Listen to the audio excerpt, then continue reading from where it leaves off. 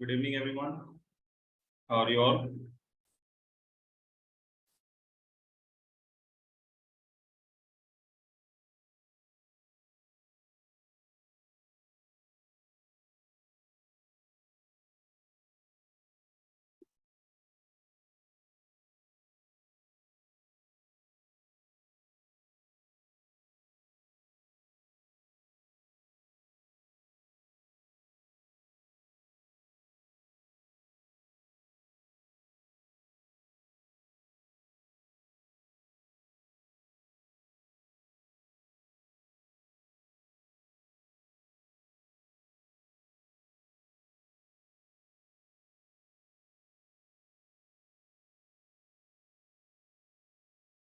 I'm doing good. I'm doing good. Thank you for asking.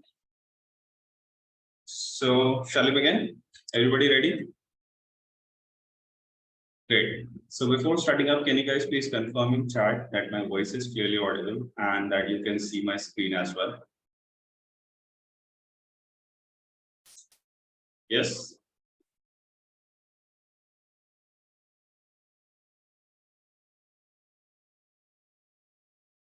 Little bit low. Okay. Okay. So, I guess it's working fine. Everything is working fine. Okay. So, what was the last thing that we discussed? Voice is low. Okay. Is the voice audible now?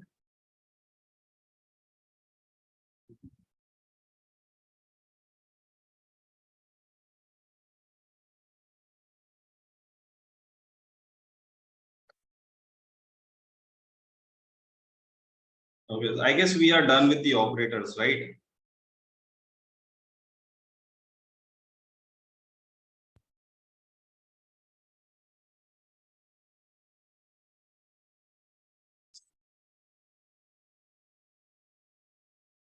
Yeah, I'm not getting the same responses from everybody. Guys, I think we were done with the.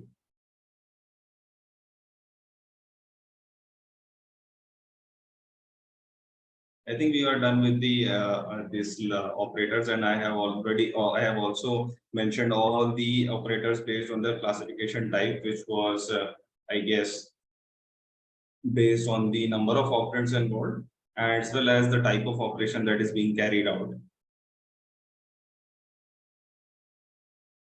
Is my voice still low?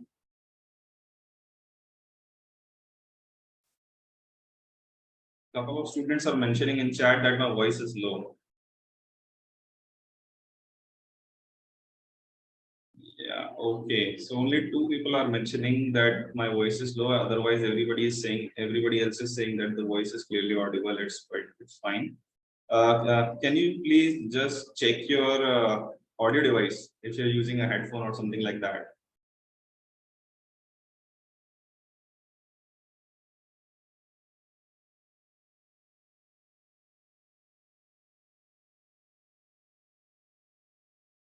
Okay, great. Thank you.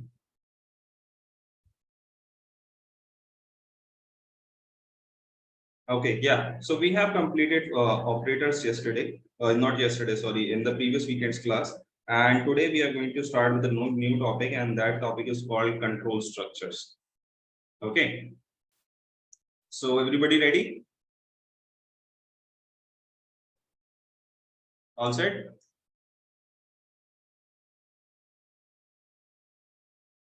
Okay, great. Just give me a second and you'll be good to go.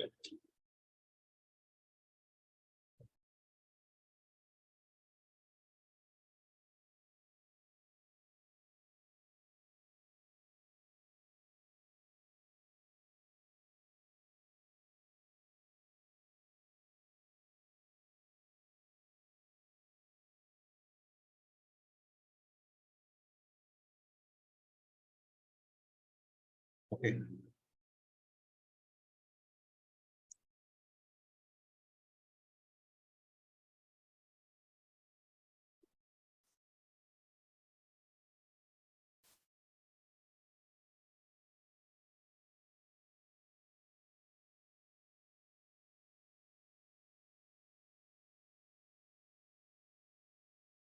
Okay.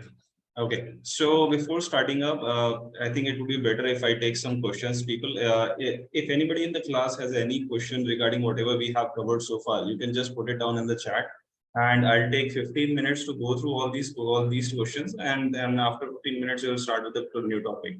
Is there anybody in class who has any questions? Because I guess a couple of students mentioned that they had some questions, right?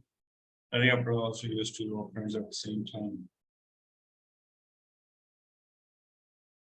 Okay, so we got one question, and the question is, let me just copy it out. That would be better. So here is the question, and the student says that the ternary operator also uses two operands at a two operands. I guess this is not operators. I think you wanted to say operands at the same time. It just use it three sets of statements. Okay, so the thing is, I always say I never talk about at a time. Okay, I never use the phrase at a time. What I do is I always say that in order to complete the entire operation, it needs certain amount number of operands. Okay. So in order to complete the entire operation, the ternary operator, the conditional operator itself needs three operands. Otherwise, it won't be able to do it because the condition part, we are not sure whether it is going to result in true or false, right? So we need to have all the three operands put over there, and based on the result of the condition, we can choose either statement one to execute or statement two to execute. But it has to have all the three operands with itself. Got it? So in order to complete the entire operation of condition checking and then giving out a result, okay, so in order to complete that entire operation, the conditional operator itself requires three operands. Otherwise, it won't be able to do it. Understood? Got it?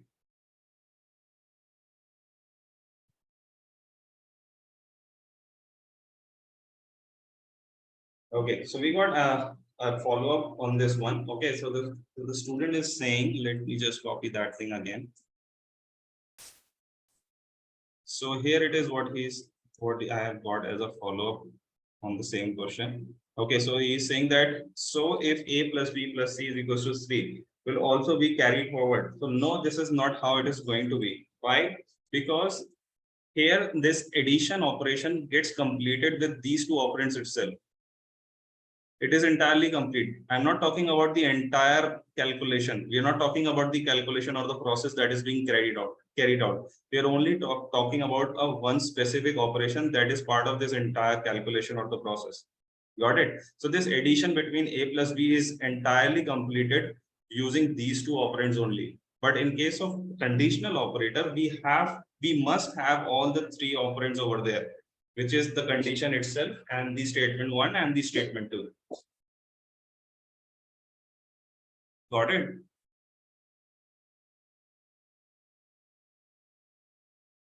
Great. Okay. Any other questions from anybody else?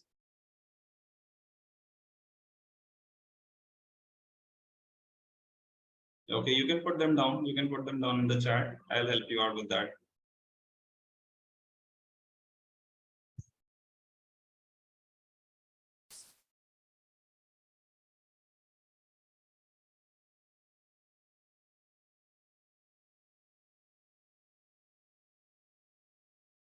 Okay, so the types of there were two types of classifications. Okay, first one was on the number of based on the number of operands. How many operands are there? Okay, and second was based on the type of operation, whether it is an arithmetic operation, logical operation, or conditional operation, or maybe comparison operation. So the type of operation. Got it? So these are the two classifications. Understood? Anybody else?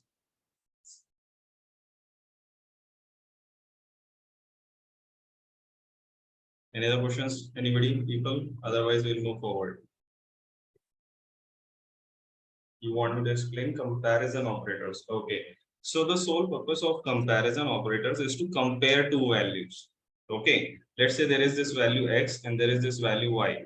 So the comparison operators are going to compare these values. So when I talk about comparison, so comparison will be either whether they are equal or not, whether they are greater than each other or not, whether x is greater than y or not, or maybe x is less than y or not, or maybe they are equal to each other. So such kind of comparisons, the value, we are comparing the two variables, the value which is stored inside of them. So all such operations are being carried out with comparison operator. So in comparison operators, we have six different operators. Which one is which are greater than, less than, then greater than or equals to, then less than or equals to, then equals to, and then not equals to. Okay, so this one will check whether, let's say if I write x this side and y this side, this is going to check whether x is greater than y or not. So it is going to result true if x is greater, otherwise it will be false. Similarly, for this one, if we have x here and less than y, so it will result in true if x is actually greater than y. Got it? And like this, we have all of these. So the third one will be x greater than or equals to y, which means if x is greater, then also it is going to be true. If x and y are equal, then also it is going to be true. But in case x is less than y, then it is going to be false. Got it? So this is the rule of this one. Then we have less than equals to, which is similar to the previous one, which says that x is going, this entire condition is going to be true if the value of x is either less or equals to 1. Got it? This one will check whether both of them are equal or not. Okay. And this one is going to check whether both of them are not equals to each other or not. So this will be true if both values are equal, and this will be true if both values are not equal. Got it? So these are the comparison operators. Next.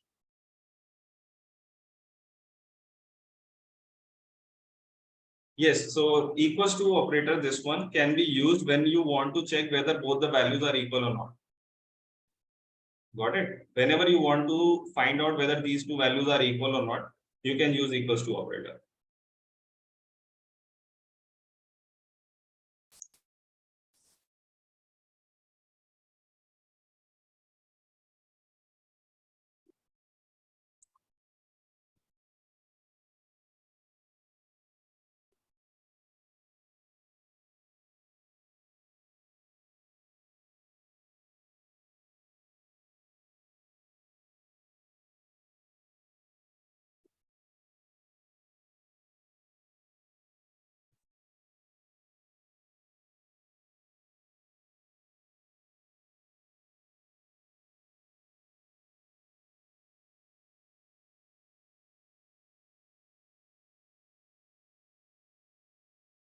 Any other questions, anybody? Anyone, people? Any other question? Explain. Okay. What exactly do you want to explain? Can you please let me know? Logical operators. Okay. Logical operators. Okay, so the next one is logical operators. So we have conditions operator here, and I can give you an example of logical operators, okay, where they can be used. So this is going to either going to result in true or false, right or wrong? Yes? Yes or no?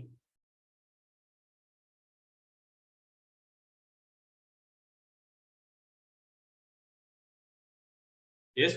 Okay. So we also know that logical operators work on true and false values, right? Boolean values.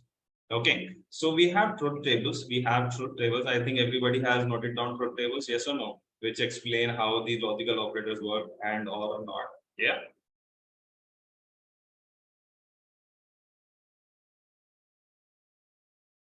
Okay, great. So we know that if for and, if I'm talking about and or which is given by this, if I'm talking about this and, so we have x, we have y, so we have x and y will be, these values will be given like this. So if both the values are false, then it is going to be false. If either one of them is false, then also it is going to be false. But if both values are true, then it is going to be true. Okay, so let's take a condition, everyone. Okay, I'm just giving out a scenario. Okay, everybody, please pay attention. So let's say I have x equals to 10, I have y equals to 5, and I also have z equals to 20, let's say. Okay, got it? Is this understood? I have three variables and I have three values assigned to, just three different values assigned to all these three variables. Okay, and let's say I want to find out whether z is the greatest or not. Got it? If I want to find out whether z is the greatest or not, so I can use these comparison operators. Okay, I can use these comparison operators, and I'm going to use this and operator as well in order to create a complex condition. Okay, I'm going to make a complex condition. We call this complex because it is now a combination of multiple conditions. Okay, so let's see how we can do that. So we are going to check if x is greater than y. Not x is greater than y. Let's just say if x is less than y. Okay, and and y is less than z. Got it? So what I'm doing over here is, if x is less than y, okay, if this condition is true, then that means y is true, correct? And if this condition is true, y is less than z, y is less than z, then this is going to be true as well, if z is greater than y, yes or no? And if both the conditions are true, this is going to result in true, yes or no? Got it? So this is going to tell me that the x is the greatest one. Okay, so in our case, this is going to be true. This is not going to be. This is not going to result in what I. This is not going to result as we want it to be. Okay, so if I just change these values, I think that is going to result. That is going to make much more sense. If I make x5 and y is 10 and z is 20, then this condition will be true. Yes or no? Then this will tell me that z is going to be the greatest one. Got it? Yes or no? So this AND operator is actually going to help you out in making complex conditions like this. So this is just an example. I'm not saying that this is the absolutely correct equation. Okay, because we just saw it gave out as an error. So the idea here that I want you guys to understand is that these logical operators are mostly going to help you out in making complex conditions. Got it?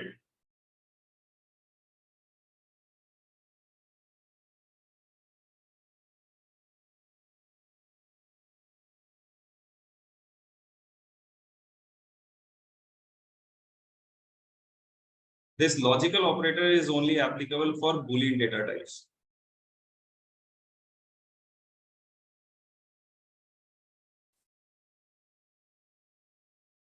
X less than y is true because x is 5 and y is 10. Okay. So what you need to take from here is that this logical operators, what they do is there was one question in the chat that what is the use of logical operators? So this is what the use of logical operators is. Okay, they are going to help you out in forming complex conditions. Okay, so Boolean data type is actually either true or false values. That's it. So if it's a true, then it's a Boolean type of value. If it's false, then also it's a Boolean type of value. But if it is 7, then it's not Boolean, it's integer. It's int. Got it? Any other questions from anyone? Okay, I think I missed one question. One question was that one of the students said that we have this in logical and in this in comparison and this one in logical. Okay, so these are two different operators because this one has equal to attached to it. Okay, it's not the exclamation symbol itself. It's not a standalone symbol for comparing the two values and giving out not equals to as a response. Okay, and this exclamation for logical. This one is from logical not. This one is logical not. If you guys can recall, and this one is comparison not equals to.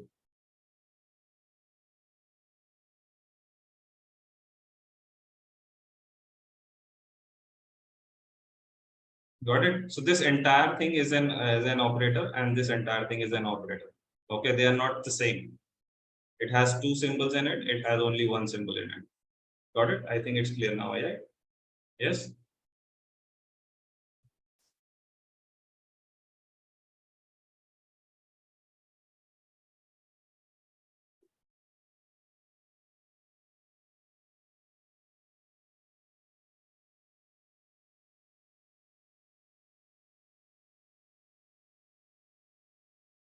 Okay, so these operators are some of the operators are actually specific to specific data types. Okay, just like we have arithmetic operators, they are only specific to these integers and float values, right? We cannot apply addition on strings, can we? I don't think that's gonna work. That's not going to work. So I think we can. It's kind of common sense. What kind of value will be associated with which type of operator, right? So if I'm talking about arithmetic operators, I know that integer and floating point values are only going to be the ones which we can use with these operators, right? Yes or no? Similarly for comparison, similarly for logical, we know that it is only going to operate on Boolean values. Yes or no? Clear?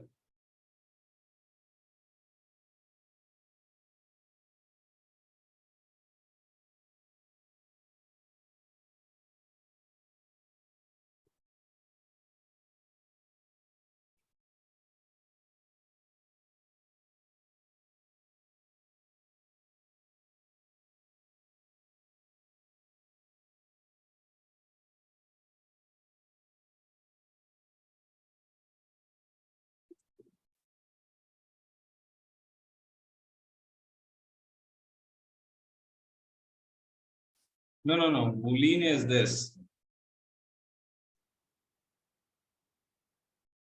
Boolean. Okay. This is the spelling of Boolean. Any other questions from anyone? I think we are done with our 15 minutes. I think we have taken more than 15 minutes. So I will be starting a new topic now. Okay, everyone. And if you still have any questions, you can just Boolean are the values. True or false values are called Boolean values. Okay.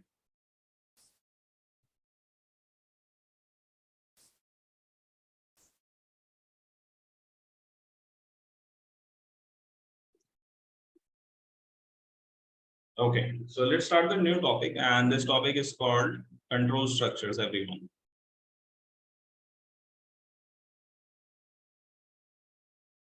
Okay. Clear, everyone? So we're starting a new topic. Everybody, please pay attention now. Stop using chat. If you still have any doubts, you can just use the answer section in your LMS, and I'll definitely answer all those questions. Okay, great. Okay. So coming back to the topic, so this is a new topic, control structure. So let's just understand what control structures are. So before getting into that, we have two words over here. The first one is control, and the second one is structures. So let's just understand both these words separately, and then you'll understand what control structures is. Got it? Okay. So I think we all know what structures are, right? We all know what structures are. If we put anything in some kind of form, okay, in some kind of organized manner, we can say that this is a structure. Yes or no? Just like the buildings. If I just put down one floor and then raise pillars over it, then another floor and then raise pillars over it, then another floor, like this. So that's a structure. Okay. If I just put books one after one over the other, then that's a stack. That stack is also a structure.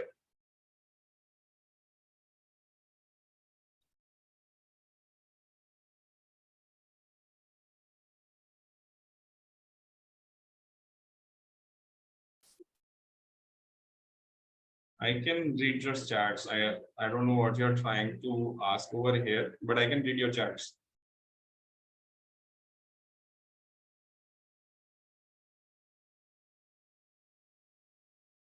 Okay.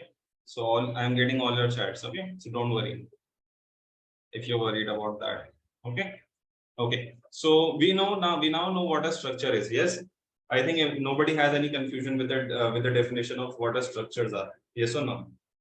So keeping anything in any kind of form, okay, in any kind of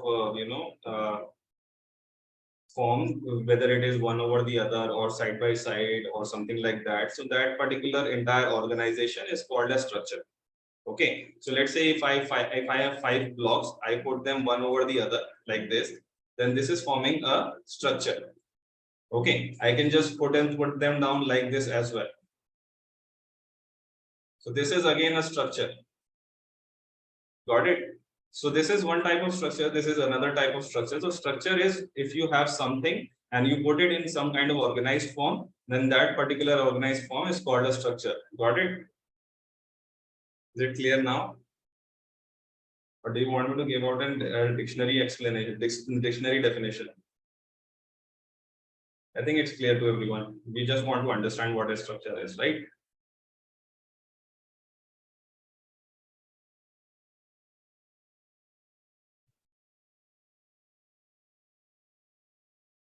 Done, everyone? Great. Okay. So now let's just look at the second word which we have with us, and this, yeah, it can be any kind of array. Absolutely correct. Okay. So now let's look at the second word, which is control. So let's just understand what a control is. So to understand a control, let's take an example of a code snapshot. Okay. So what I'm going to do is I'm going to write some code. Okay, just a little bit of snapshot which resembles an actual real world code. So let's say I have int x which is equals to 10, and let's say I have int y which is equals to 5. Okay, then let's say I have int z, and then I say z is equals to x plus y, and let's say in the next statement I said print z. Okay, and let's say here I started the program and here I ended the program. Got it? So this is some code. Okay, this resembles a code. Okay, a programming code. Okay, so this is a structure. I have put down my code in this manner. Okay, so this is the structure of my code. Okay, and now let's understand what control is. So let's say if I myself, if I want to run this program, if I want to read out this program and understand what it is doing, what I'm going to do is I'm going to take this as a start point. Yes, yes or no? I want everybody to be super active in chat, people. Okay, I'm going to take this one as the starting point. Okay, yes or no? And then I go to the next statement, and now I'll read it. I'll read that integer x, a new variable is created inside memory, and it is going to be assigned a new value, which is 10. Right? So I just read it, and now I am going to execute it. And what I'm going to do is I'm going to take a memory box in, I'm going to block a memory space in a space in memory, which will be called X. And now I'm going to put this value 10 inside it. This is what the computer will also do, right? But I'm solving it myself. So I'm doing like this. Then I have completely executed this. And then I'm going to go to the next statement. And again, I'm going to read it and do whatever that is written over here. So here again, I'm going to block a memory space, which will be called y, and I'm going to put down this value 5 inside this memory space, right? And this is exactly how computers also do it. Got it? This is exactly how computers also do it. They go line by line by line, and solve each and every instruction. Okay, so when I was executing this particular statement, when I read int, then I said x equals to 10, and and simultaneously I blocked the memory space.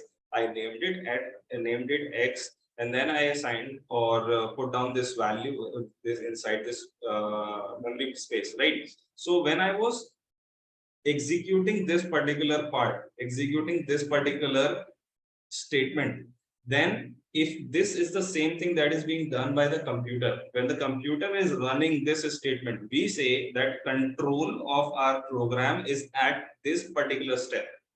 So this is what the control is. So control is where the execution is happening right now at this moment. Got it? Making sense? Can you understand? So I'm repeating myself once again, people, just please pay attention. Okay. So just like I was solving this entire statement of int x equals to 10, and what I did that I created this memory space which was named x, and I know that integer values are going to be stored inside of it, and here we have 10 which is going to be stored here. So if I when I just like I was doing it, let's say if computer does it, okay, a computer executes this entire statement, then we say that the control of this program is right now at this particular step, which means, in other words, we can say that control of a program is where the execution is happening right now at this moment. Understood? Is this clear to everyone?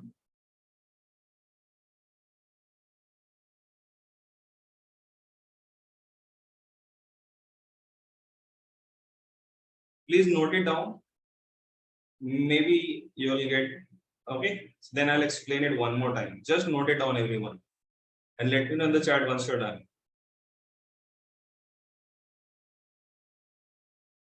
Okay, so control of a program is where the execution, the current execution is happening. We're talking about computer, okay, but we are taking as ourselves as an example. So if, just to understand how it is happening. Okay, so just like I was solving it, just like you are going to solve it, similarly, in the very similar way, the computer is also going to solve this entire program. So when the computer is reading this particular statement, we say then the control of the program is at this particular statement. When the computer is going to execute this one and reading this one, then we say that the control of the program is here. Then the computer is going to execute this one. Then we'll say the control has moved to the third statement, which is int z. Then we'll say that when the computer starts reading out or executing this statement, then we'll say the control has now moved to the next statement, which is z equals to x plus 1. Got it? And next, where will the control go? Control will go to the next statement, which says print z. And after printing the value of z, the control will go to the next line, which says end the program. Got it? So this is how the control is moving. It is going from here to this statement, then here to this statement, then here to this statement, then from here to this statement, and like this it is going on forward. This int says that the value that is going to be stored inside this variable x is going to be of integer type.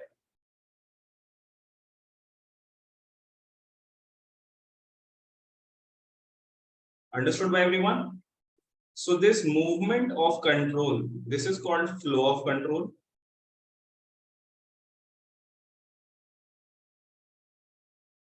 And this entire structure which defines how the control is going to flow is called control structure.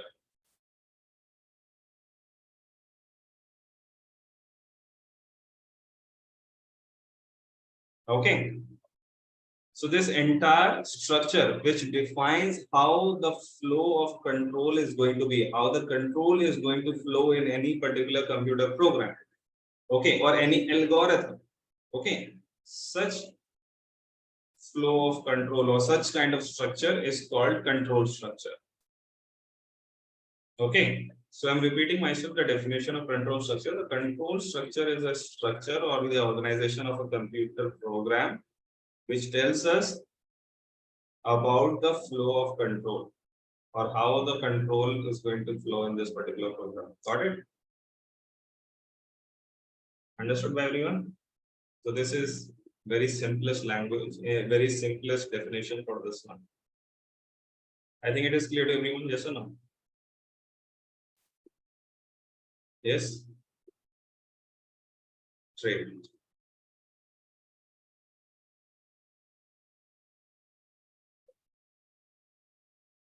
Yeah, we can say that any program is a control structure.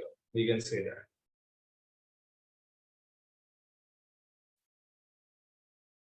No, control structure is not different in C, Java, or Python. Okay, control structure is the structure of the program. It is not specific to any programming language or anything. It's the structure. We're talking about how you have designed that particular thing. Okay, we're talking about the design, the structure. How you're going to say that this first this is going to be executed, then this part of the program is going to be executed, then this particular part of the program is going to be executed like that. Okay, so we're talking about that.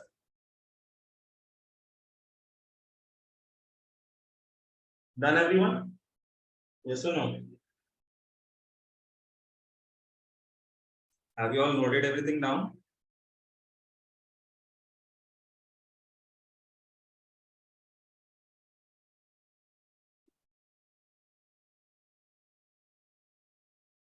Great. So let's just move forward and let's just have a look.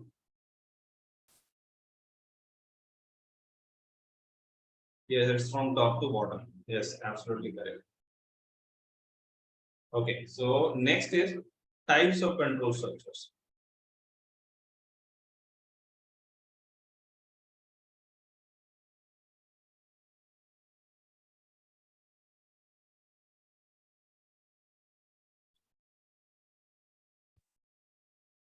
Okay, So this is the first one. So just like the example that we saw, if the control is going from step number 1 to step number 2, then from here to step number 3, then from here to step number 4, and then to step number 5, and like this so on.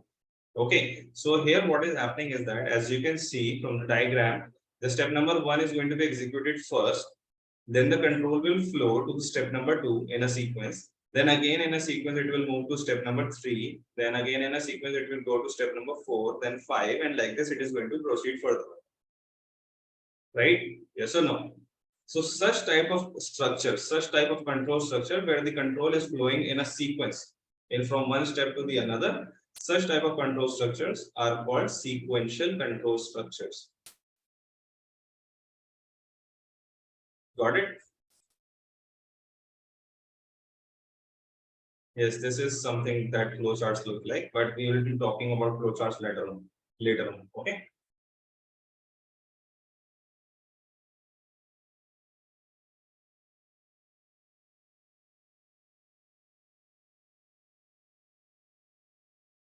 Done, everyone? Understood what sequential control structure is? So this is the very first type of control structure. Okay, I believe everybody has noted it down. Yes. So in this one, what is happening? The control is flowing from one step to the next one, then to the next one, then to the next one in one single sequence. Got it? Okay. So now we have another one, which is the second type. Okay. So here it looks something like this. So we have statement 1, then we have, let's say, statement 2, and then also again we have statement 3.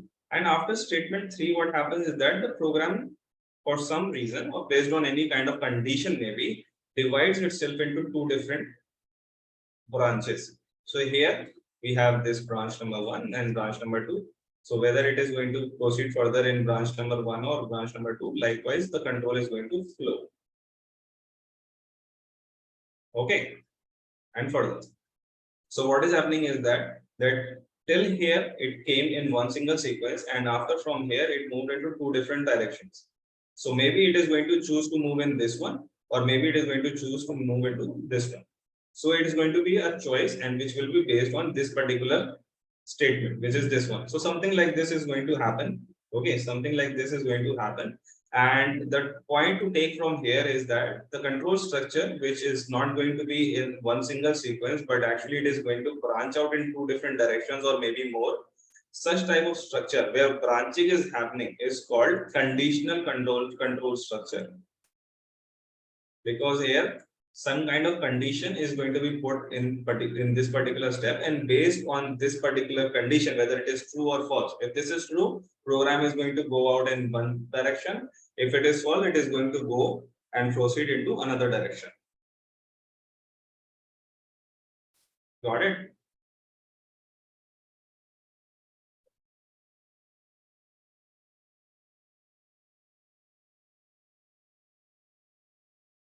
And this is not any sign, this is just for continuation, dotted lines. That's it. This is just a dotted line. Yes, just like if and else. Understood? If not, just put down your questions, people. Okay, and if it is done, just note it down and let me know in the chat once you're done.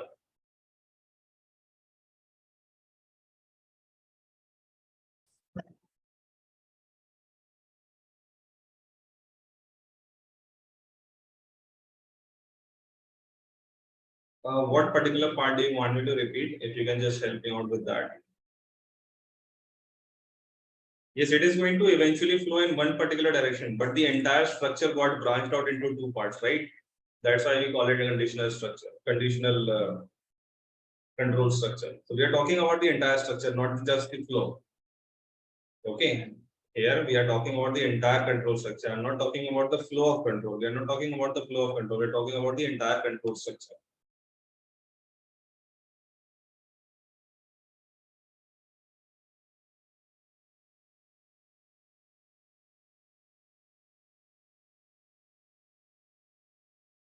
Done?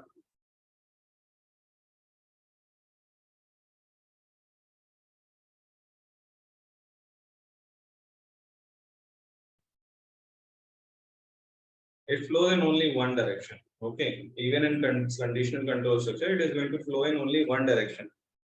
Got it? But the thing is, the entire structure is branched out into two different parts after some point. The branches divide based on the conditions. Okay, you have already seen conditional operator, right? So that is used over here, conditional and logical operators.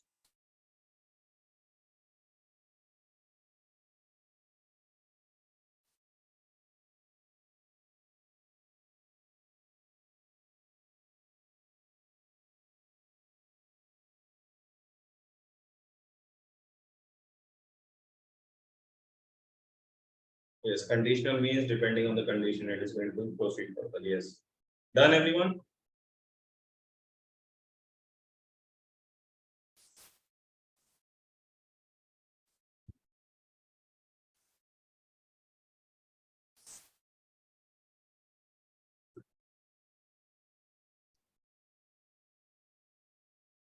Okay. So we have another one. There is one more type.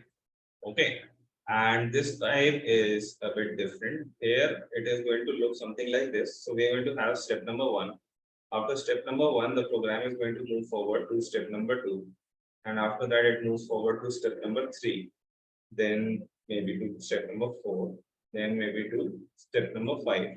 And after step number five, what happens is that the program goes back and starts repeating itself from step number three. So these three statements, step number three, four, and five, they are going to repeat themselves once, again and again and again. Okay, they are going to repeat themselves again and again and again in a loop. Okay, so here what is happening in this one, branches are happening.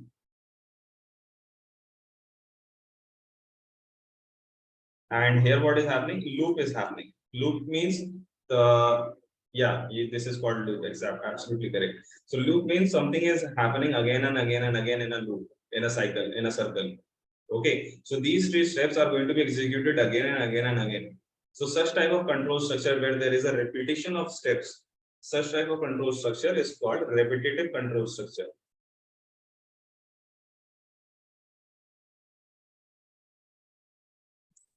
Yes, while loop is one example. Okay, for loop is also one example. Absolutely correct.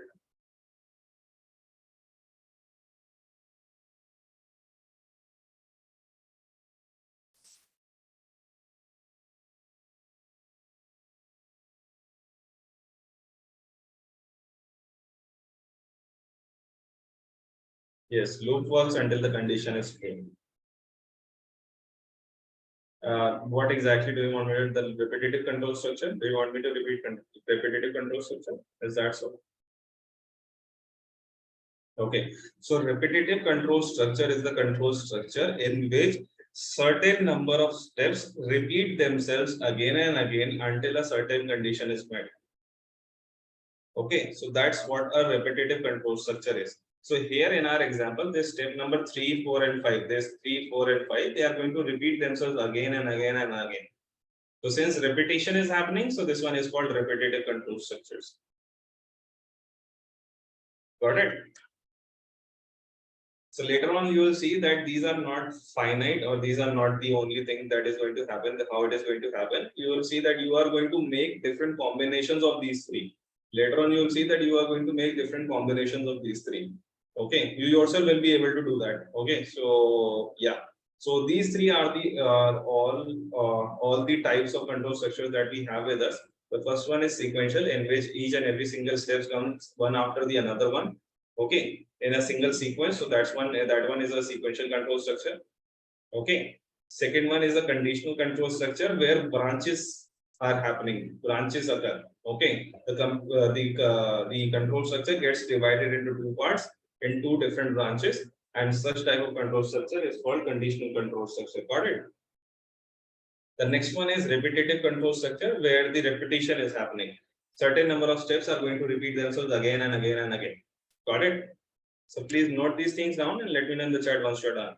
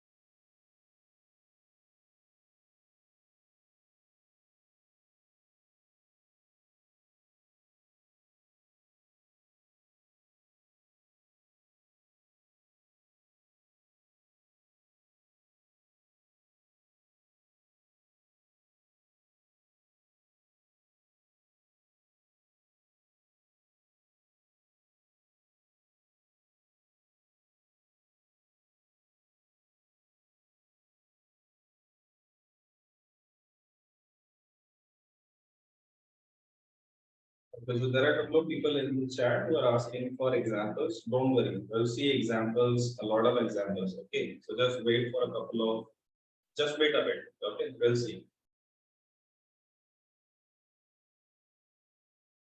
Okay, done everyone? Types of control structures.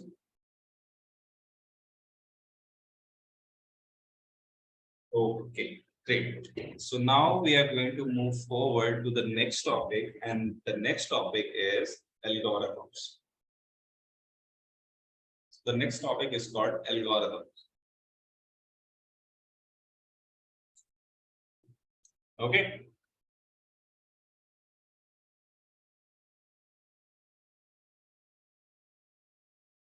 Okay, so to know whether it is a branch or not, you'll see a condition. Okay, don't worry, you'll know. Okay, once we start doing the algorithms, once we get into algorithm, you'll start understanding it more. Spelling is not clear. Okay, let me just write it down once again for you then. So we have algorithm. Okay, algorithms. Algorithms.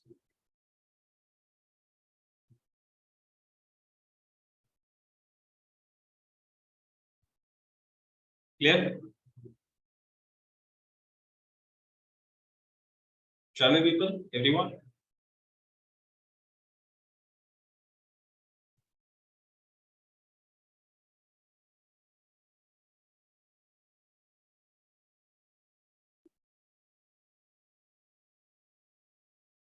I'm not getting responses from everybody.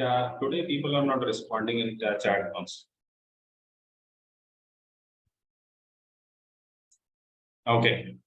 Ready to go on for the next topic, which is algorithms? Great. Okay. So the next topic is algorithm. So let's just understand what this word algorithm means. Okay. Yes. Okay. So let's take an example from real world. Okay. Real life. Okay. So let's say, okay. So I am here teaching you guys, right? And I'm continuously speaking. So I'm going to get thirsty eventually. Yes or no? So right now, let's say I'm thirsty, and my problem is that I have gotten myself thirsty and I want to drink some water. Okay, and I don't have a water right now with me. So this is the problem. Okay, this is the problem. And in order to solve this problem, I need to attain a solution. And the solution would be that I get up from my chair. Okay, go towards the refrigerator, pick out the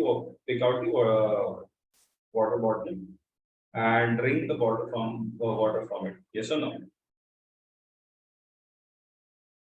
Okay, so these are few steps, or these are few tasks that I'm going to do, right? So what I'm going to do is I'm going to get up. I'm repeating myself, so everyone please pay attention. Okay, everyone please pay attention.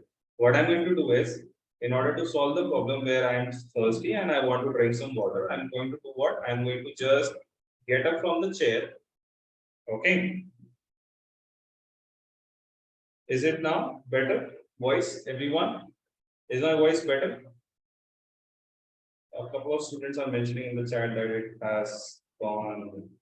Okay, okay, thank you. Okay, so I was saying that, okay, people, just now please pay attention. So I was saying that in order to solve the problem where I want to drink some water, what I'm going to do is I'm going to just get up from this chair, move towards the refrigerator, okay, then open the gate of the refrigerator, take the bottle out and drink water from it. Okay, so these are few basic simple steps which I'm going to follow, which I'm going to execute. Okay, this is small task. The first task would be to get up from the chair. Second task would be to walk towards the refrigerator. Third task would be to open the gate of the refrigerator. Then the next task would be to pick out the bottle. And the last task would be to drink the water from the water bottle. Right. So what I've done is I have just formulated a solution, and I divided the entire big problem for me being thirsty and wanted to drink some water. This entire big problem was then divided into simpler tasks which I could do one after the another one. Okay, in a sequence.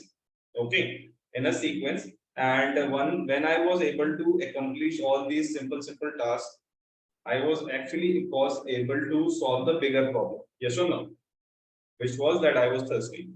Got it? And this is exactly what algorithms are.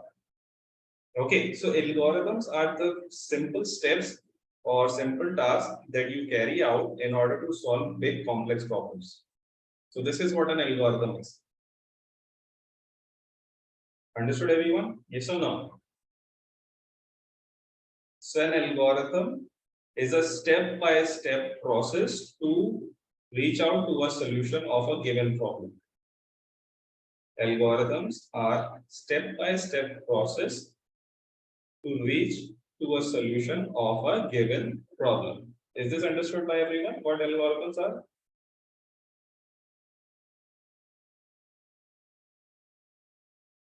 You want me to write it on the screen? Okay. Just give me a second.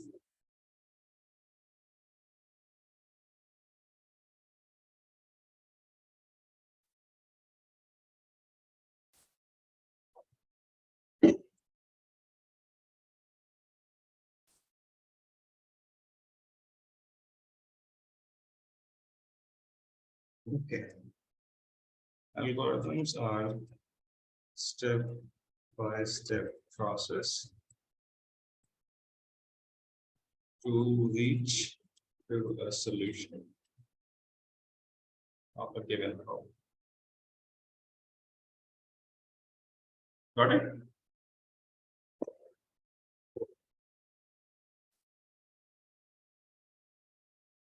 I've also put it down in the chat if you want to copy it from there for everyone.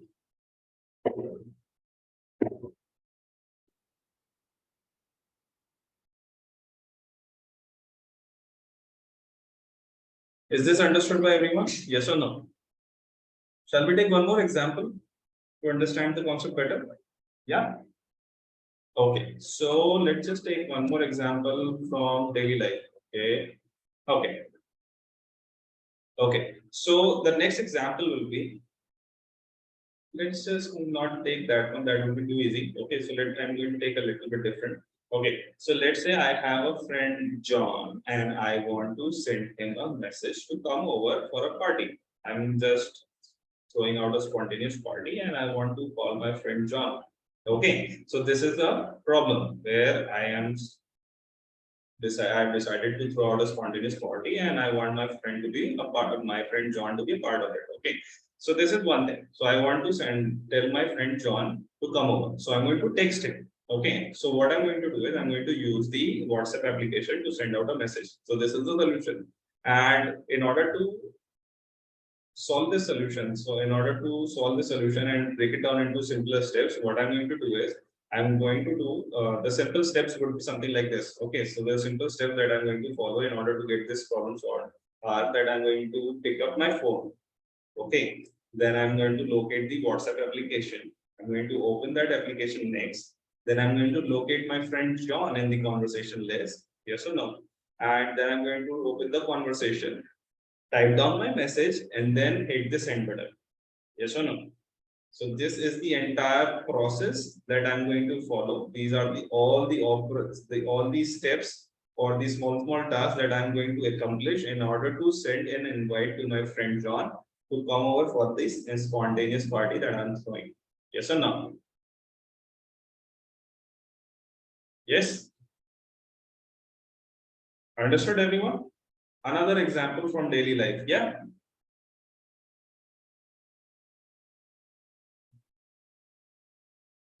So now I want all of you to do this little exercise right now. Okay, just take out and just imagine another process or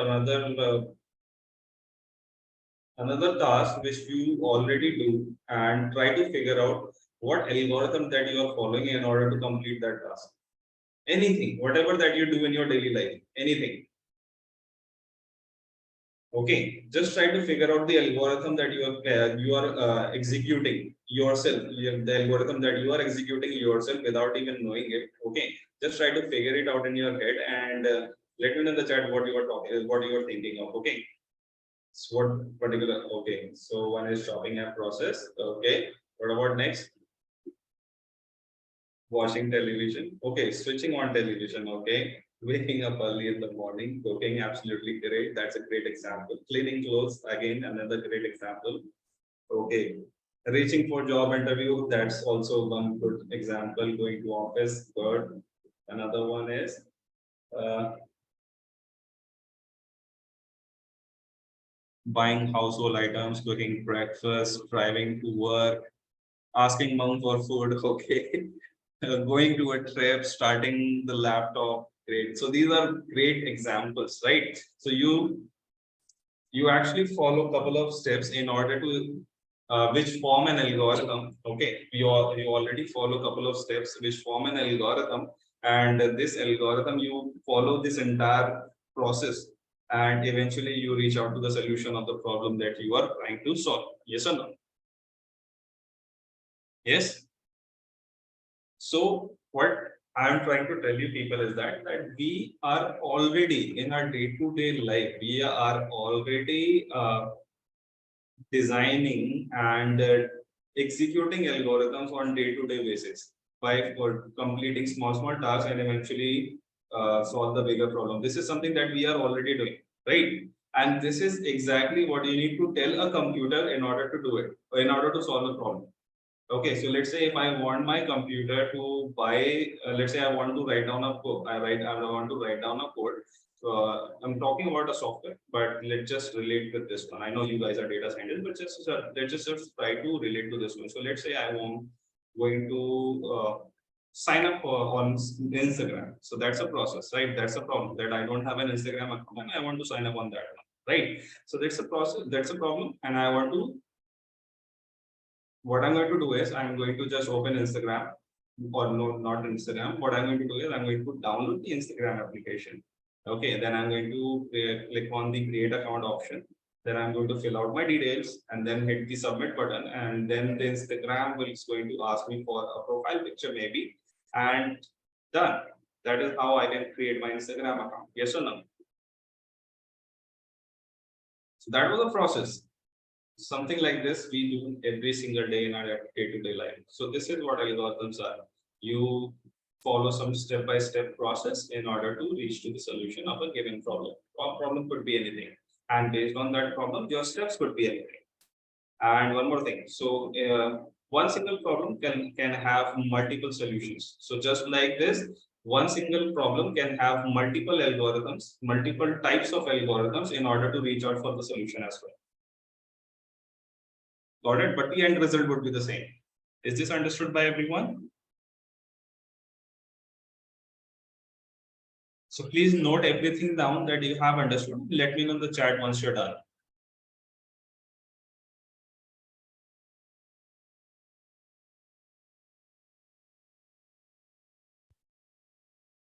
Okay, we'll take a minute of breather as well. Okay, just revise everything that you have studied so far in this class, absorb it all, and then we'll move to the next topic. Okay. No, I'm not writing on the whiteboard.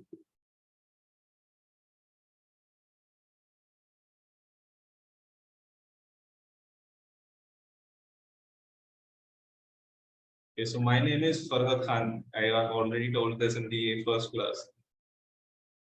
Okay, just mentioning it over here as well.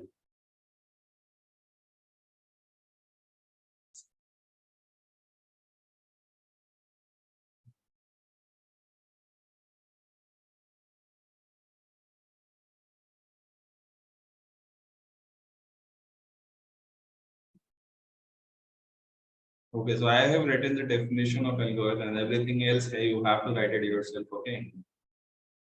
And if you have any doubts, you can just put it down in the chat and I'll help you out with that. I'm not going to write in everything here, everything out. You have to write whatever that you have understood. Okay. And if you have any doubts, you can just ask it away in the chat.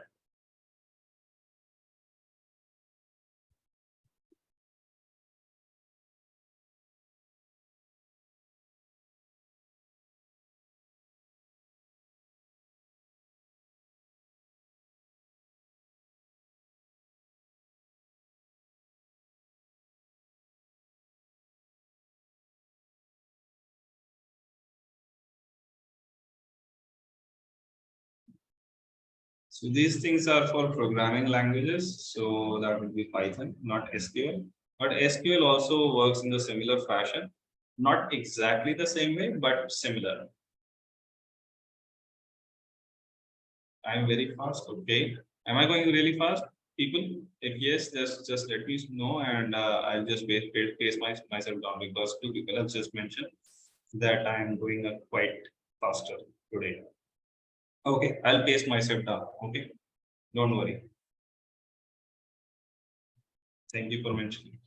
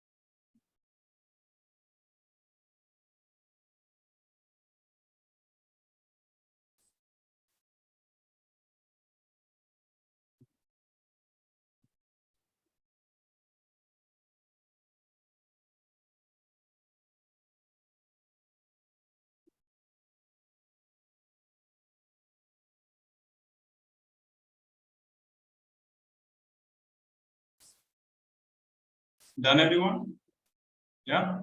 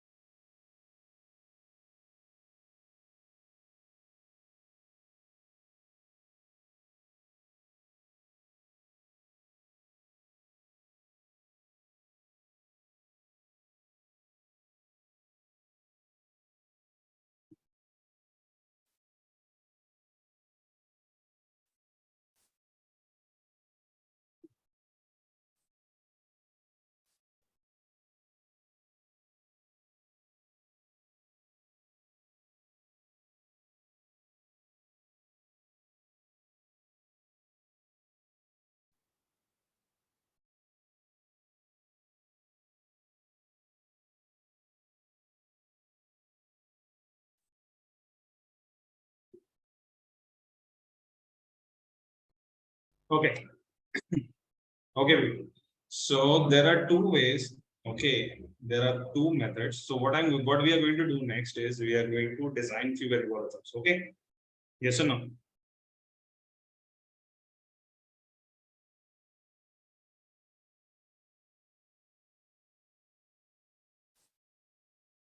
Just give me a second.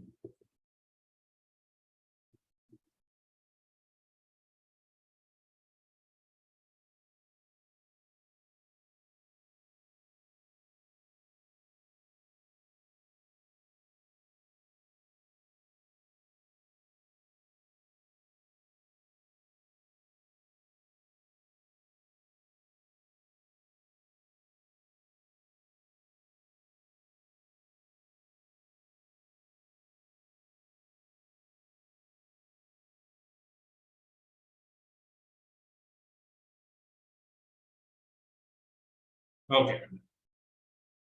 So what we are going to do, people, is just give me a second.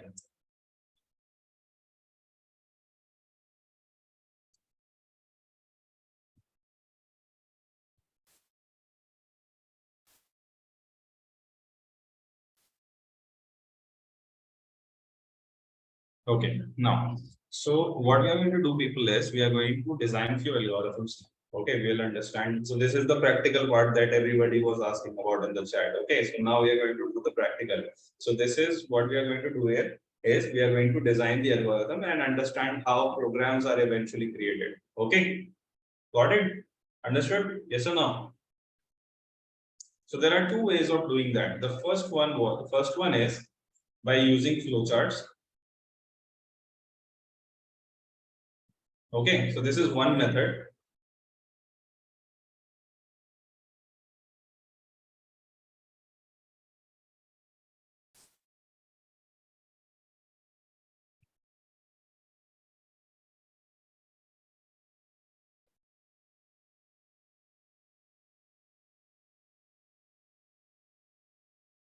Okay, so method, this is the method of designing an algorithm. So this is first method. The first method is using flowcharts, and there is one more method of doing this, and this would be using pseudocodes.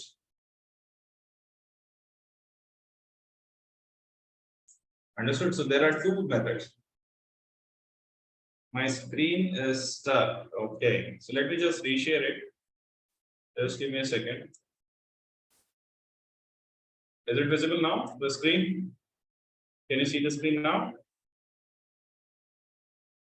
Then one who mentioned in the chat that the screen is stuck. Can you see it now? Can you see the mouse pointer move? Can you see me drawing this line? Yeah, great. Okay, now we move. Okay, so now we move forward. So these two different ways. So this flowchart is a graphical representation of an algorithm. Okay, flowchart is what? Flowchart is a graphical representation of an algorithm.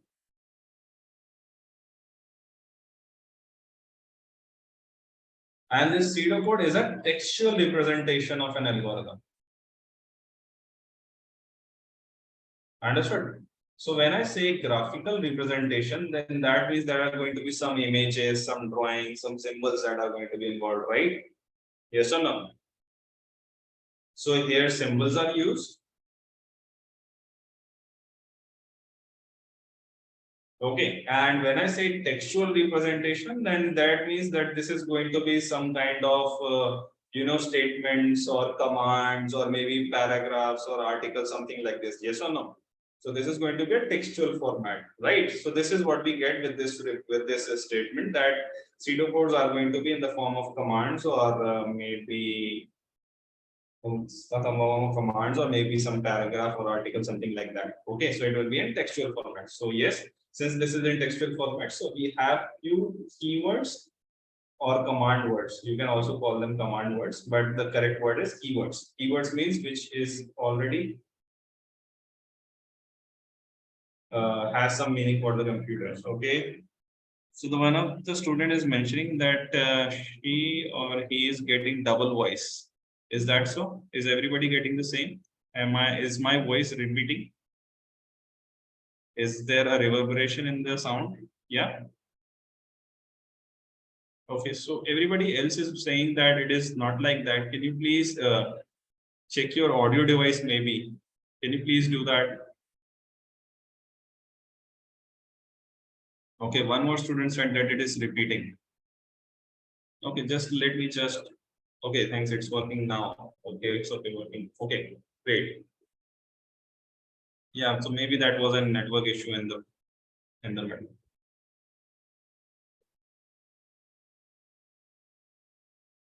Okay, so I haven't shown any practical steps yet. Okay. Okay.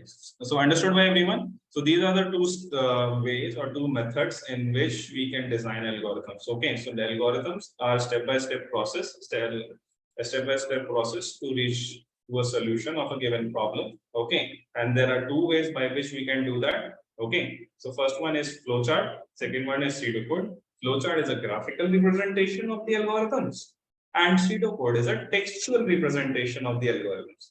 So since flowchart is a graphical representation, then there are going to be some symbols that are going to be involved, which will tell us what the actual algorithm is. So there are going to be some symbols, and since pseudocode is a textual representation, then there are going to be some keywords. So keywords are just some words which hold some meaning for computers. Okay. So computer understands these words. That's what we can say. So it is all these words. These are the words that are already stored inside the dictionary of the computer to understand what we are trying to communicate with. Yes, these are the two different methods of creating an algorithm, designing an algorithm. Two different methods of designing an algorithm.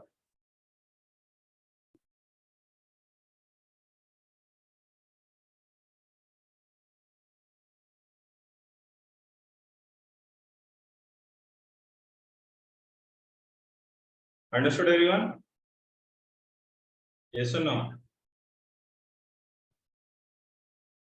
We'll talk about these symbols and keywords. Don't worry.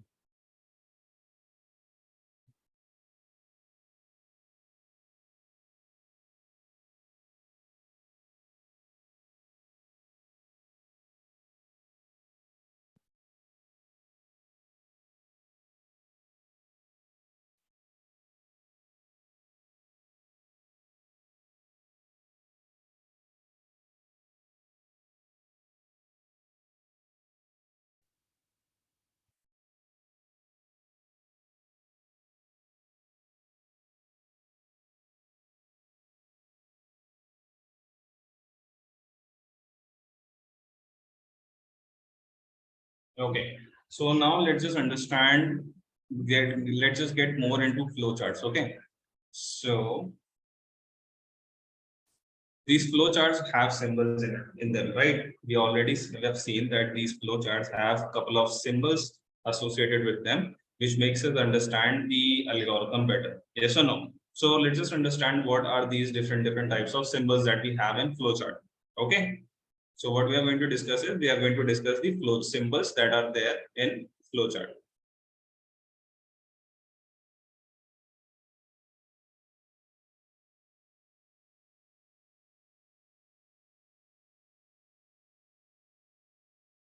Okay, people. So the very first symbol that we have with us is this one. So this is an ellipse. Okay, some people also call it oval, so you can call it ellipse or oval, whatever it is. Okay, and this one is called the terminator symbol. Okay, so this is the shape column. This is the name of the shape, and this is the purpose of the shape. So purpose of terminator symbol is to start or end the algorithm. Start or stop the algorithm. Understood? So this is the very first symbol.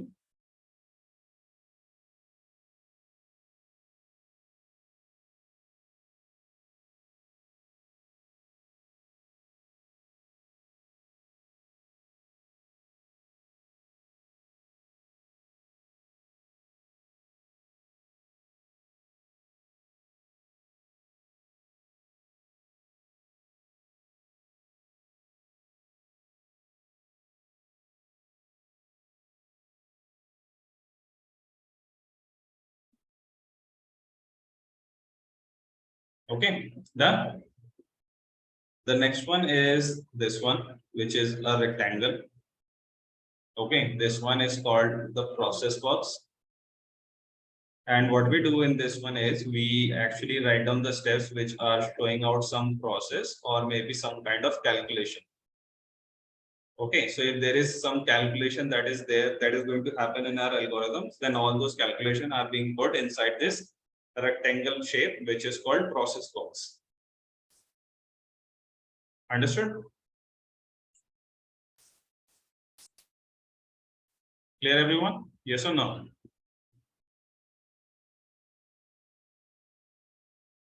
Okay.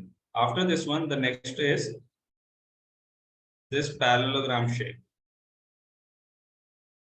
Okay, process box. Okay, repeating myself again, once again, people. The process box is the shape or the symbol that denotes process or some kind of calculation in the algorithm.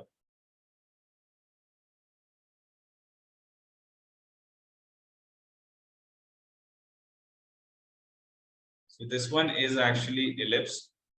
Let me just write it down as well. People are asking in the chat. I think it would be much better if I write it down. So this is ellipse. This one is a rectangle. This one is a parallelogram.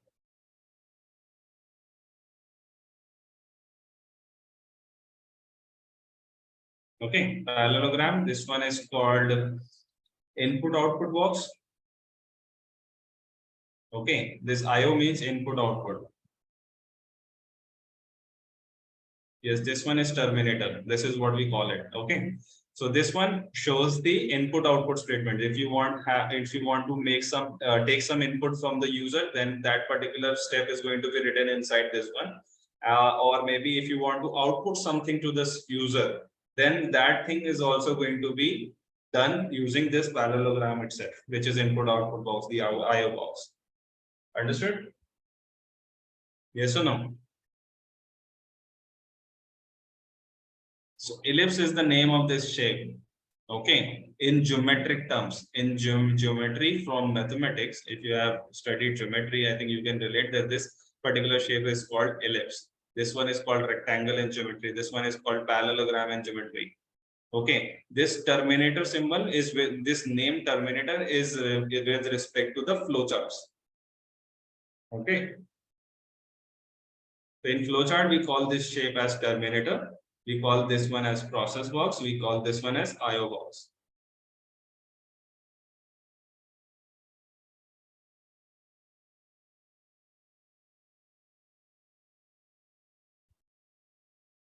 Got it?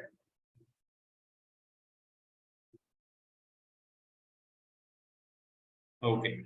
So the next one that we have with us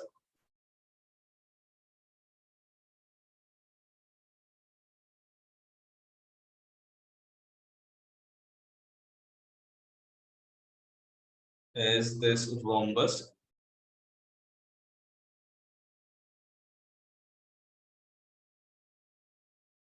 Okay, so this one is the decision box. So this is going to help you out in making decisions. So usually what we do is we put down conditions in this one. Okay, so this one is a decision box. So this is the purpose of this one is to put conditions.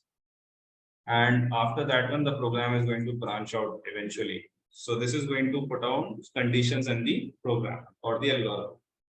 Understood? Yes or no?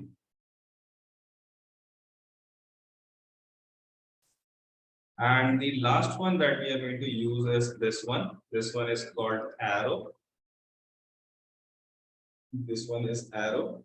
In flowcharts, we call these flow arrows because they help us in understanding where the flow is going to go next. Okay. And the purpose of these ones are to define the flow of control. Flow of control in the algorithm. The rhombus is the decision box. This one is the decision box. It helps you in putting down conditions. And based on these conditions, you can decide, the program or the algorithm can decide what it wants to do next.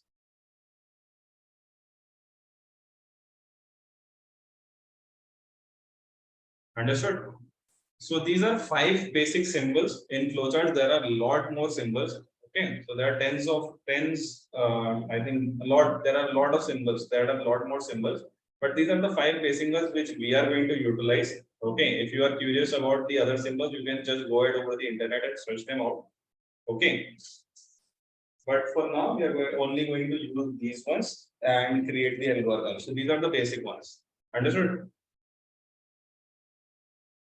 What you can do is you can just go over the internet. If you are curious enough, you can just go over the internet, try to figure out what other symbols are and what they do and what they are used for.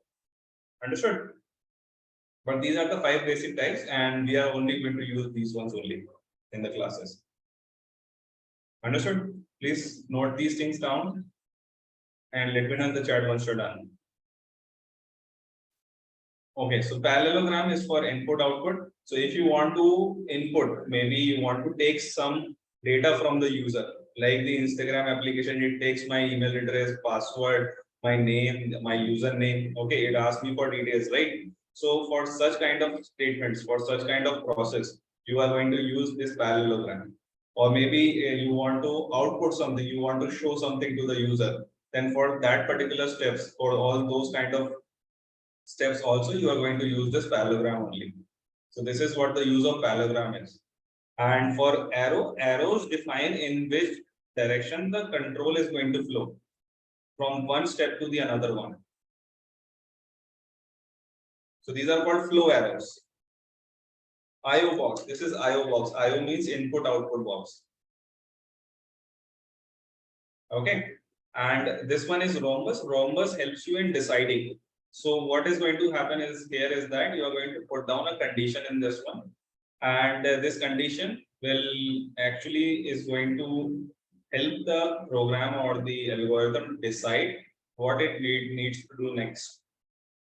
Okay, so here this is called the decision box. Understood? Just note everything down and revise all these different types of symbols that we have with us and let me know in the chat once you're done.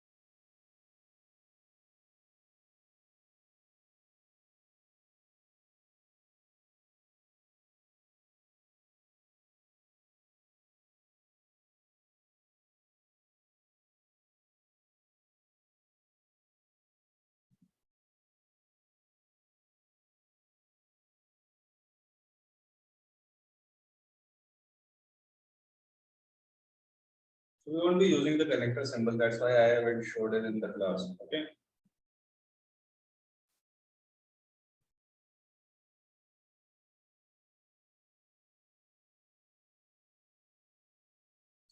What about the rest of the people? Are you done as well?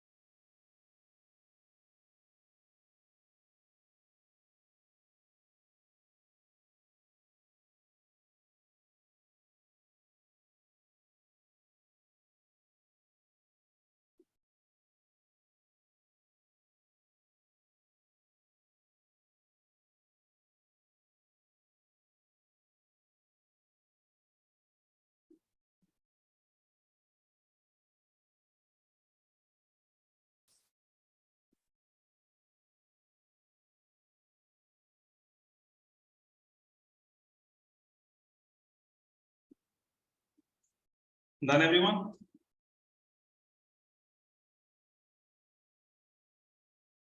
Okay, so I'm not going to repeat anything more any more time. Okay, so we are going to take few examples and eventually you will understand. Okay, so these are the symbols that are going to be involved in flowcharts. So this is all about flowcharts, and when it comes to pseudocode, there are going to be a couple of keywords, but I'm not going to discuss these keywords separately, just like I did for these symbols. We will eventually just go along the way and learn all these keywords. Understood? Got it? So now what we are going to do is we are going to create our very first algorithm. Okay. Everybody ready? Okay. So this is our very first algorithm, and the problem statement for this one is that we need to take a number as input from the user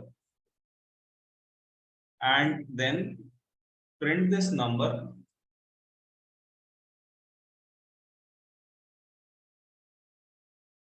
on the screen.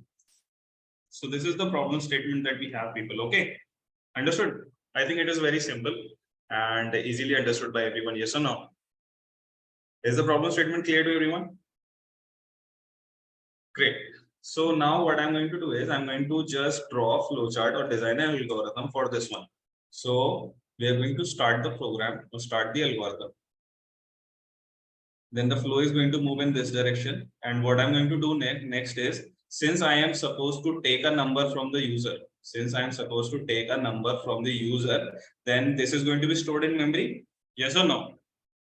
Since I'm going to take some data from the user, I have to store in memory. And in order to store anything in memory, what I can use is I can use variables. Yes or no? This is something that we all know. So that is exactly what I'm going to do is I'm going to declare a variable and I'm going to call this one X. Okay. And since this is just a normal process that is happening, so I'm going to just put it inside the process box. Understood? Yes or no? Is this much clear to everyone? I want everybody to respond in chat.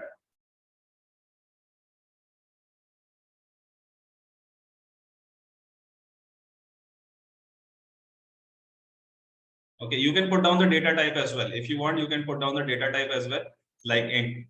Okay, so you can put declare int X. Okay, you can do it like this as well. So what I have done over here is I have just occupied or created a memory space. This is what I have done. I started the program at this particular step. Then I created a variable because I need to take this number and store it somewhere in memory, right? I have to take this number from the user and I have to store it in memory. So in order to store anything in memory, we need variables. No, this is not going to be in parallelogram because right now I'm not taking it as an input. I'm just creating a memory space which will hold this value, which I will take later from the user. Okay. I haven't asked the user for anything.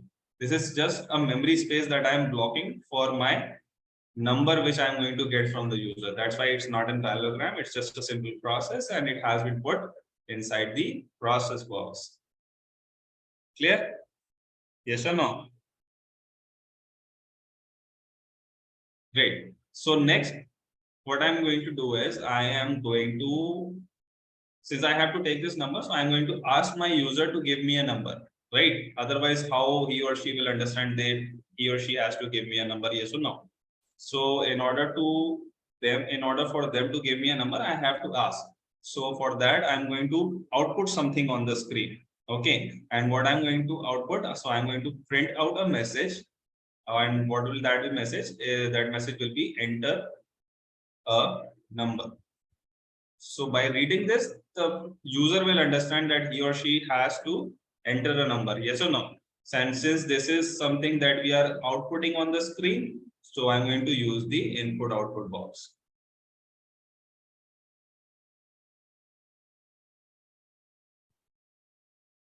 Understood?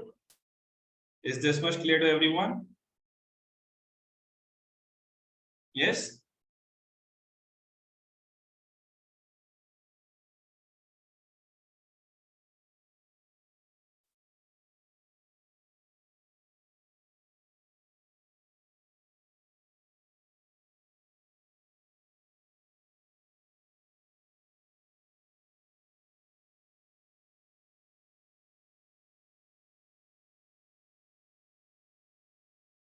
Okay. And after reading this statement, my user is going to do what? Yes, declare is in process box. Okay, so after reading this statement, enter the number, what my user is going to do is, he or she is going to give me a number, she or she is going to enter a number using the keyword, yes or no? Yes or no? He or she is going to enter a number? Yes. So what my computer has to do, or what my program or what my algorithm needs to do is, it needs to take that number. Yes. So it needs to take that input. So input that particular number, whatever or that particular data that this user is giving it out to me, right? And it has to store it inside this variable, right? Yes or no? Input the number and store it inside this variable. So input and store it inside X, input X. Got it?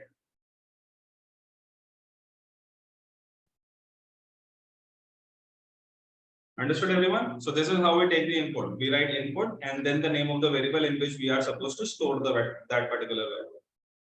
Okay. And after that, so we have already done, we are already done with the half of the problem. Now the next thing is this is storing it itself. Input X. So it is taking the input and storing it inside this variable X. Okay, so storing is already happening over here by itself. This variable X denotes that it is being stored inside this X, and X is already a variable inside the memory. So and it is getting stored inside the memory. Okay. So next is we have the next thing that we are supposed to do is print this number on the screen. So I need to print this X on the screen. So I'm going to write print and then the value of this one, which is X, like this. So I'm going to put this again inside the input output box. Let me just zoom out a little bit. And after that, nothing else to do. So I'm going to end this program. So I will write stop inside the terminator symbol. Got it? Yes or no? So this is the algorithm or the flowchart for this particular state, for this particular problem. Is this clear to everyone? Yes or no?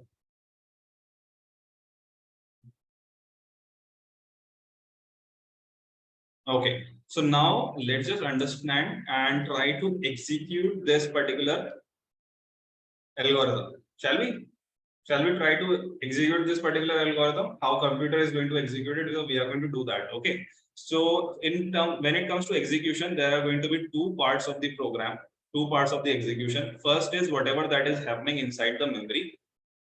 Okay. And second one is whatever that is happening on the screen, which is visible to the user. Got it?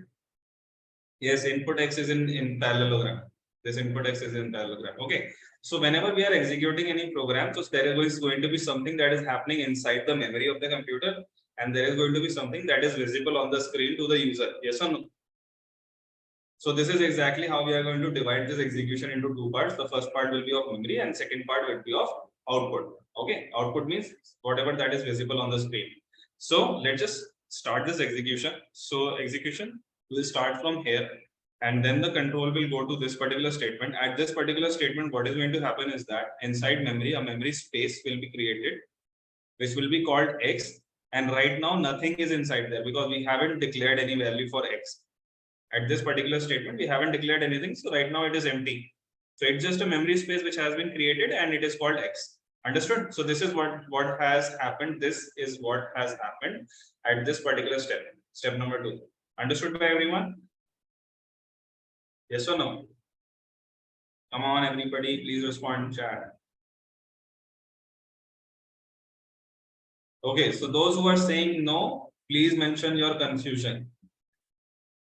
Okay, don't just say no. I want you to pinpoint it because that is actually going to help you out in the process of understanding. Okay.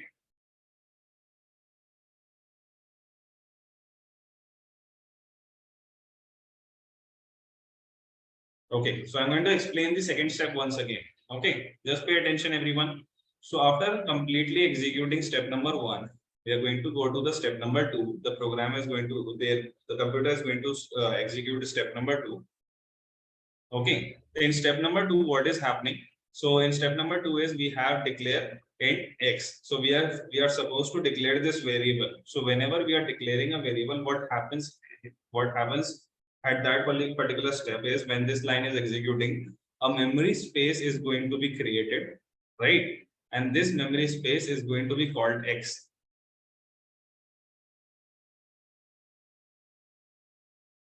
Okay, so this is what is going to happen in this step. Declare int X. So declare, we have created a memory space and this memory space is now going to be called X. Clear?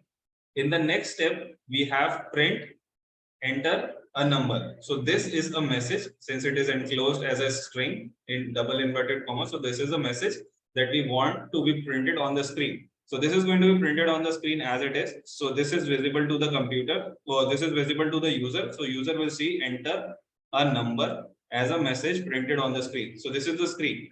Okay, so the user will see this. Okay, and once the user sees this, he or she is going to enter a number. So let's just say he or she presses 5. So this next statement is actually going to capture, this input statement is actually going to capture this value 5, and then it is going to put this value 5 inside this variable, which is here in memory, which is already created by this declare statement. Understood? So which is here in memory. So what is going to happen is that it is going to capture this value and put inside X, which means here we will get 5. Understood by everyone? Yes or no?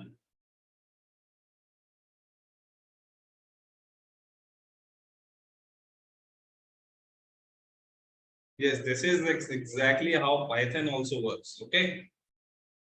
Every programming language works like this.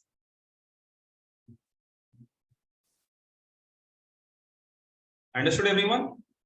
Okay. Now, next we are going to execute the next statement, which says print x, which means it is asking us to print the value of this variable x. Okay. So, what is the value that is stored inside x over here in the memory?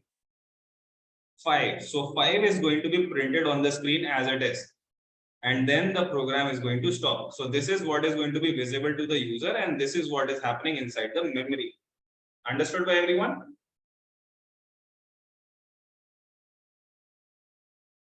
Please note it down, the entire application, this entire explanation, and let me know in the chat once you're done. Take your time, absorb it. Okay, and if you have any doubts, just let me know in the chat. I will help you out with that. Meanwhile, just note these things down and let me know once you're done. Okay.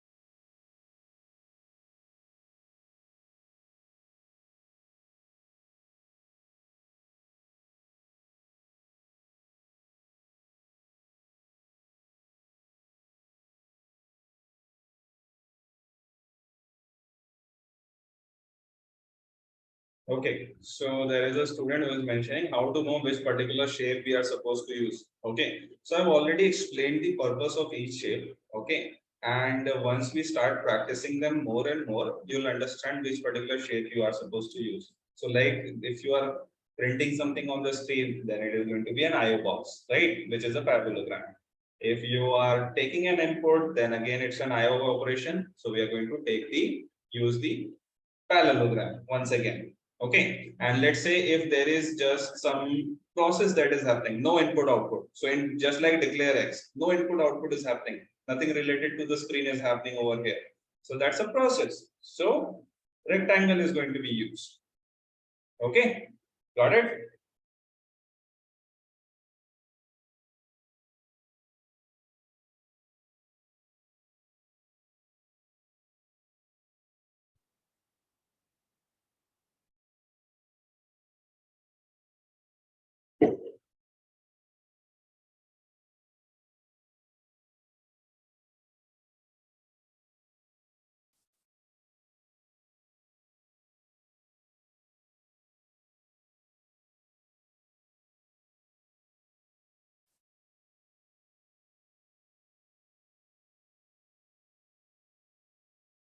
Understood everyone? Yes or no?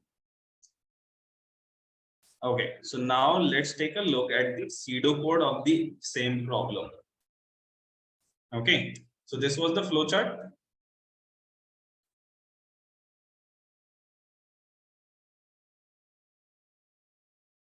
Okay, now let's just take a look at the pseudocode. So pseudocode is going to look something like this. Start,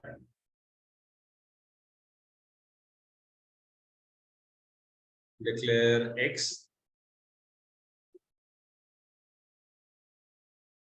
print, enter a number.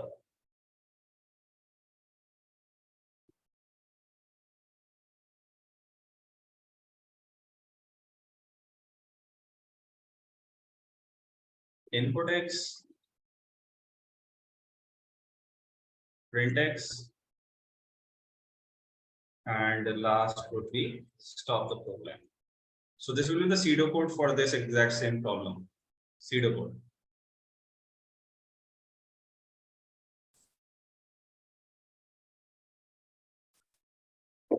Understood, everyone? So here, what you see is this start is a keyword, this declare is a keyword, print is a keyword, input is a keyword, again print keyword, and stop is also a keyword. Because this looks like command. These are commanding the computer to do something. So here, this is what is keyword is. So this is how the pseudocode is going to look like. Understood, everyone? Pretty easy, right? You just have to just write it down into simpler, just textual way, nothing else. Just note it down. Let me know in the chat once you're done.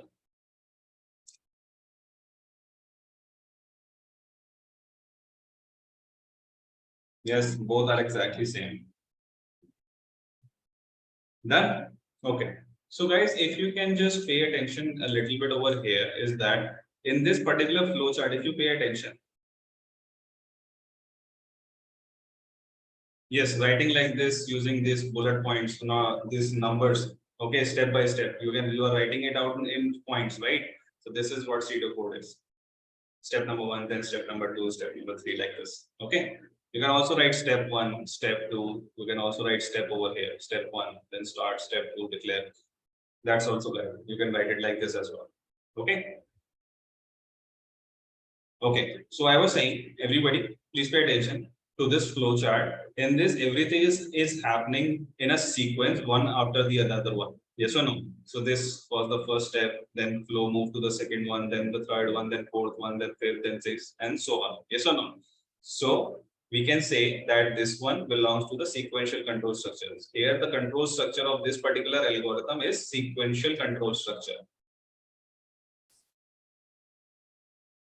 Understood? Yes or no?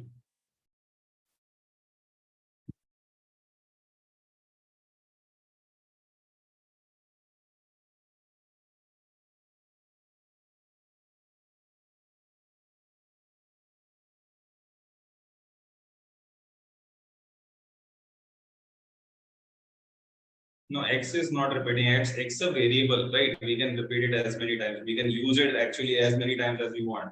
That's not the repetition. Okay, you will see what repetition means. Okay, I'll show you. But right now, let's just understand that here, each and every step is being executed one time, one after the another one. So this one is called sequential control structure. Understood? Is this problem statement and the algorithm for this one understood by everyone? Yes or no? Can you guys please let me know in the chat? Everyone, I want every single one of you to respond to this question.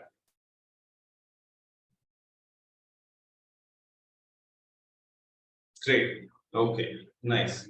So I guess everybody understood this. Okay, so people, we are going to stop right here.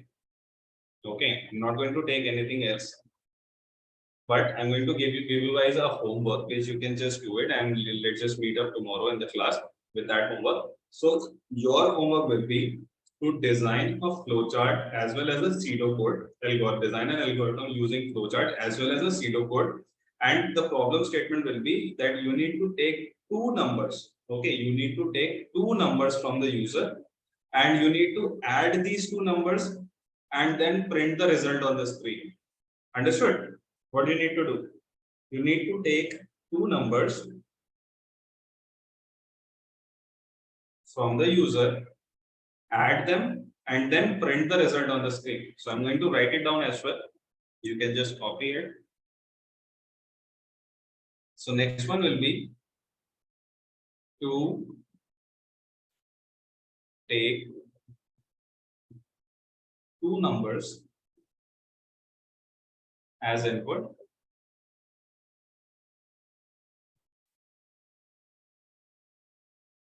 add them,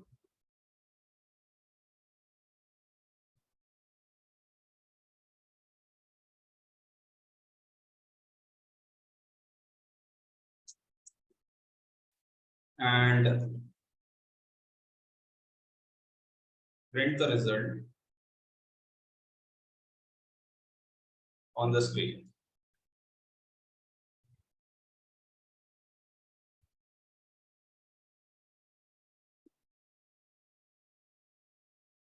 Yes, that's the same thing. I am copying and putting it down in the chat, which was given to be one of the students in the class. So this is the exact problem statement.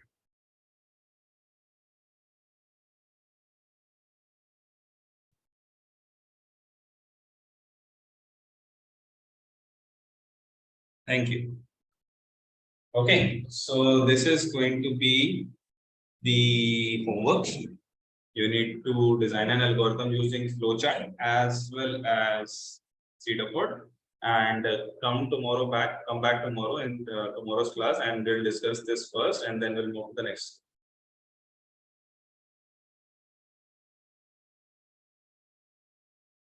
Uh, we have done the same thing. I don't know what you're trying to ask. This x is a variable, so I have taken 5. You can take any number. This is actually something that is add means addition. Yes, add means addition. Okay, so I was saying that this is actually just assumption. So user can enter 550, 5,500, whatever it is. But the program is going to output the result or give the result in the very same way. Okay, and just a heads up, when you are supposed to take two numbers, here in the declare part, you have to declare two numbers, like declare x and declare y, or maybe you can write declare x comma y in short, simply. Okay, so something like this you can do. And then in the next statement, you can say print enter two numbers. Okay, then you can take input x or and y. You can take two inputs like that. So like this you can do. Okay, just try to figure it out, everyone.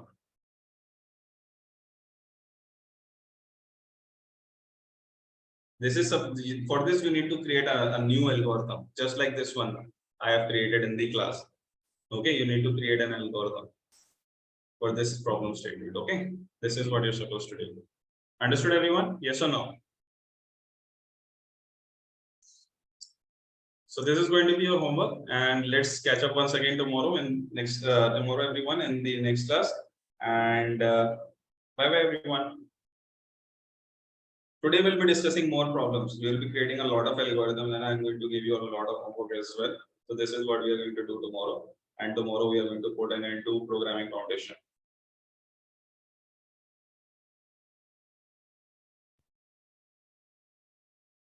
Okay.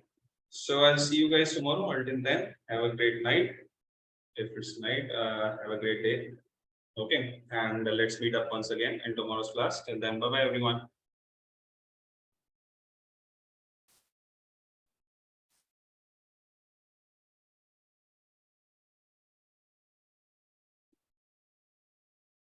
Good night, everyone. Bye bye. Let's meet up tomorrow once again.